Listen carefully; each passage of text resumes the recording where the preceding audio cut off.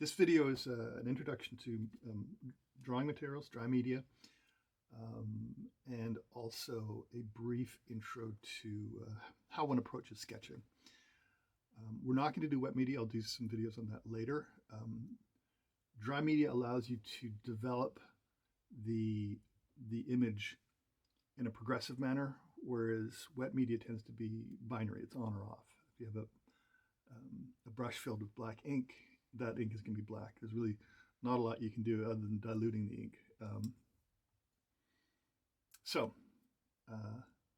We're going to look at pencils, erasers.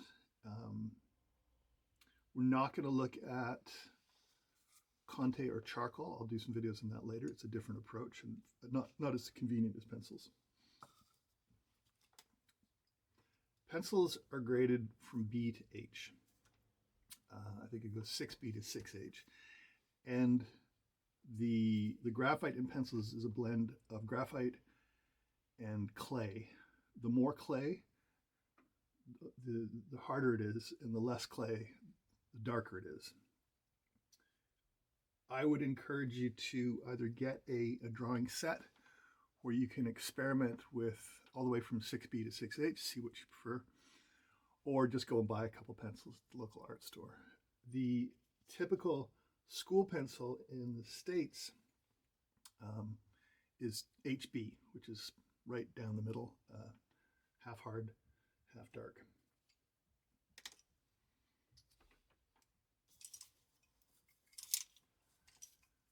I'll show you how these work in a little bit. If you want, you can also get graphite sticks, and I'll show you why you might want to use those later. Erasers, you got a standard white plastic. This is a gum eraser, and then you got pink erasers. Again, they're all basically, you will find out which one you prefer, and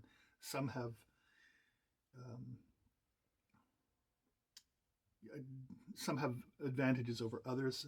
This tends to really crumble quickly, whereas these you can actually sharpen, as it were, with a knife to pull out. Oops, wrong side. To pull out very fine detail, that kind of thing. This is a gum eraser. I don't really use it.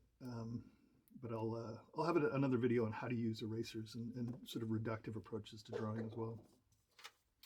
Erasers come in all sizes and shapes. Again, experiment and see which you prefer. My recommendation is to use a harder pencil rather than a darker pencil, because it allows you to develop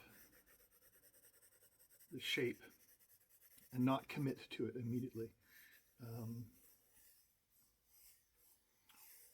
I also suggest you start off by just loosening up, drawing a lot of lines and understanding how the pencil works, and sort of develop a body feel for it, for lack of a better word. For instance, let's see, use this 3H.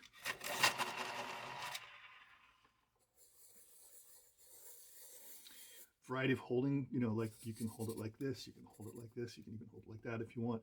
You'll eventually determine, figure out what works best for you in terms of hand position.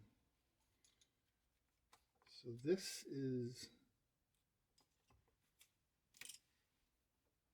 B.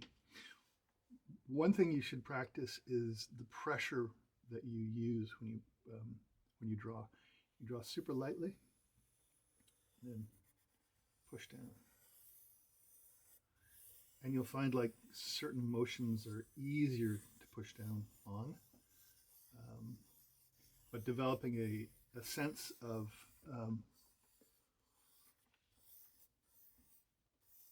what the material can do itself. And I would encourage you to do what I'm doing, just these random shapes based on your hand, your arm, and that kind of thing. My preference is to use my arm to draw as opposed to use my fingers, because I feel that there's, they're larger muscles and there's less muscles, and so it's easier to control in that sense. But again, you'll figure this out for yourself. You'll understand what works and what doesn't. And in terms of like just sketching, I just pull objects from around your house. If you're an artist, you'll probably end up having like a lot of, things like this jar of ink, and just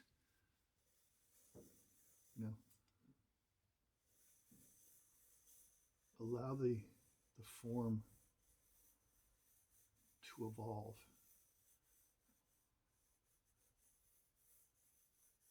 And just let the, this is not going to be easy initially, but it will, become easier as the more you do it. And like I said, the more drawing, the better. I'd rather people do like a bunch of quick sketches.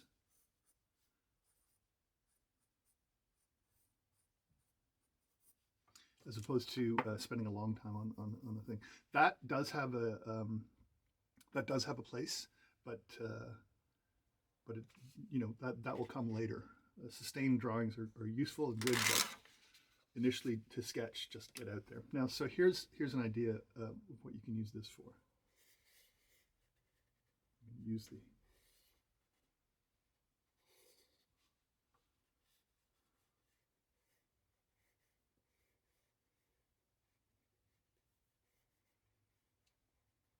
little ink jar again.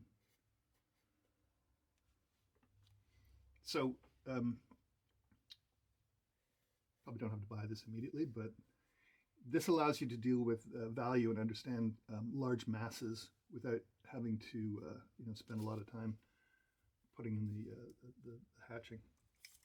This is a carpenter's pencil and can also be sort of an intermediate point between art pencils and graphite sticks.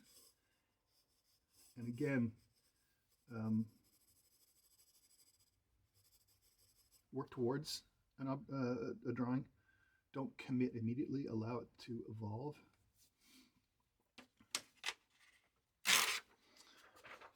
One thing you can do when you're starting out is just like practice making shapes. Now that's one way of doing it. I've also seen people slowly aggregate lines. I prefer not doing that. But again, allow the drawing to evolve and try to not commit immediately.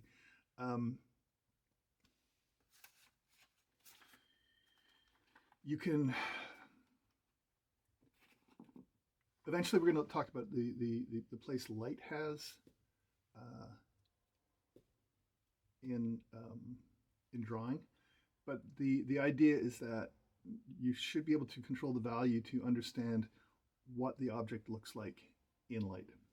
So for this, for instance, you can see there are two light sources, so there are two shadows and then an overlapping part of the shadow.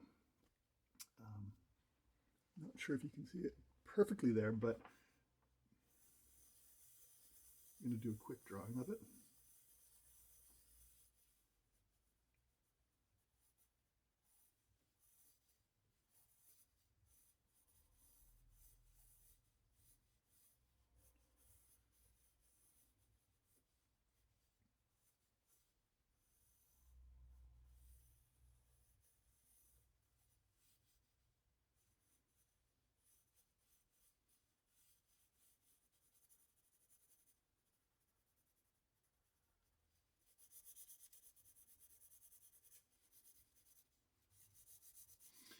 And again, the goal is not perfection. The goal is just to do your best to get an accurate rendering of the object in front of you.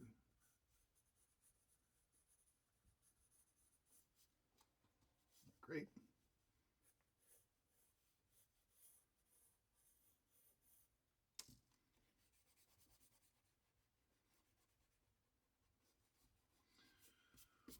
One of my professors felt that the interesting thing about drawing was it was a accurate reflection of an artist's decisions, so that you could actually see what the person was thinking as they were doing the work. But again, it's one of these things that, here, let's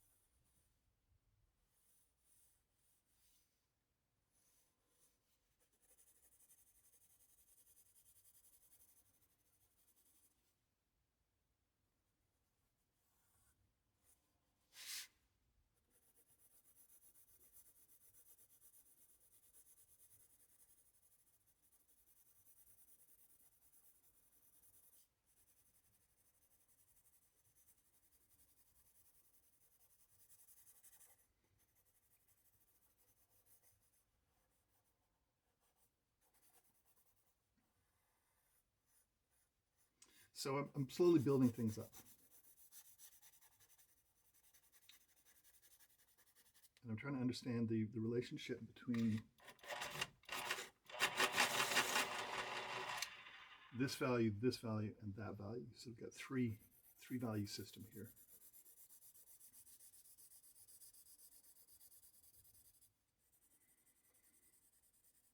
Again, slowly working towards the final object as opposed to committing right away. The other value that we want to consider is the value of the table. One way to do that is just to smear the drawing.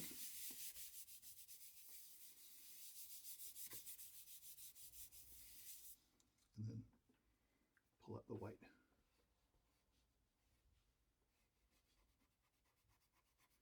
Again, you can use the eraser as a drawing tool itself.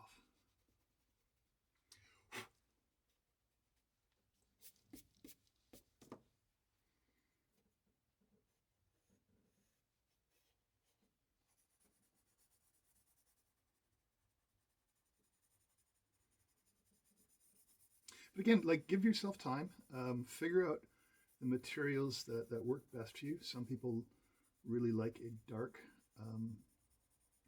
lead, and other people like a brighter one. Like, you know, here I am saying you should probably, oh, another thing is, like, feel free to move the